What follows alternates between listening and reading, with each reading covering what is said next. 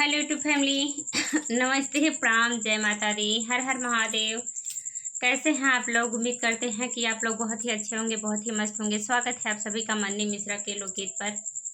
मैं आप सबके बीच एक बहुत ही सुंदर, बहुत ही प्यारा माता रानी का हवन गीत लेकर के आई हूँ। तो प्लीज़ आप लोग से रिक्वेस्ट है कि आप लोग मेरे गीत को फुल वॉच कीजिएगा और अपना प्यार दुलार आशीर्वाद इस छोटी सिस्टर को भी दीजिएगा। तो चलिए मैं देना करती हुई आप सभी को सुनाती हूँ। आप सभी लोग से जय माता दी।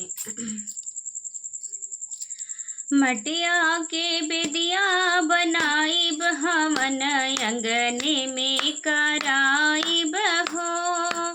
मटिया के बेदिया बनाइब हमन अंगने में कराइब हो। गैया के गोबरा से अंगना लिपाइब, गैया के गोबरा से अंगना लिपाइब। फूलवा से अंगना सजाइब हमन अंगने में कराइब हो।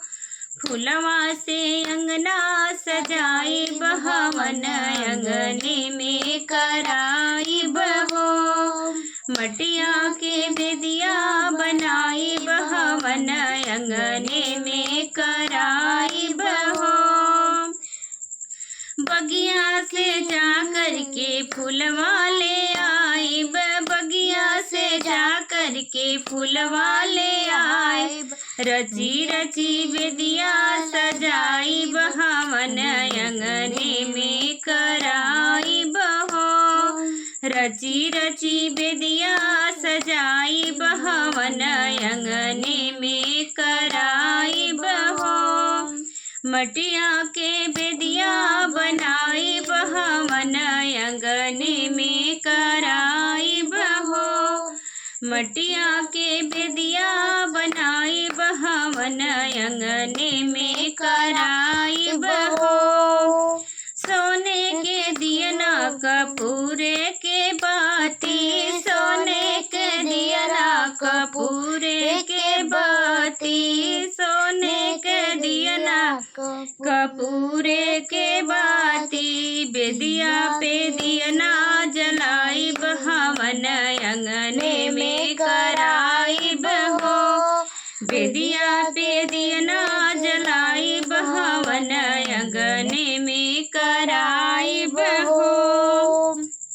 मटिया के बेदिया बनाइब हमन अंगने में कराइब हो। मटिया के बेदिया बनाइब हमन अंगने में कराइब हो। सोने के दियना कपूरे के बाती, सोने के दियना कपूरे के बाती। मैया के आरती उतारब हमन अंगने में कराइब हो। मैया के आरती उतारब हमन अंगने में कराइब हो। मटिया के बेदिया बनाइब हमन अंगने में कराइब हो। मटिया के बेदिया बनाइब हमन अंगने में कराइब हो। जय माता।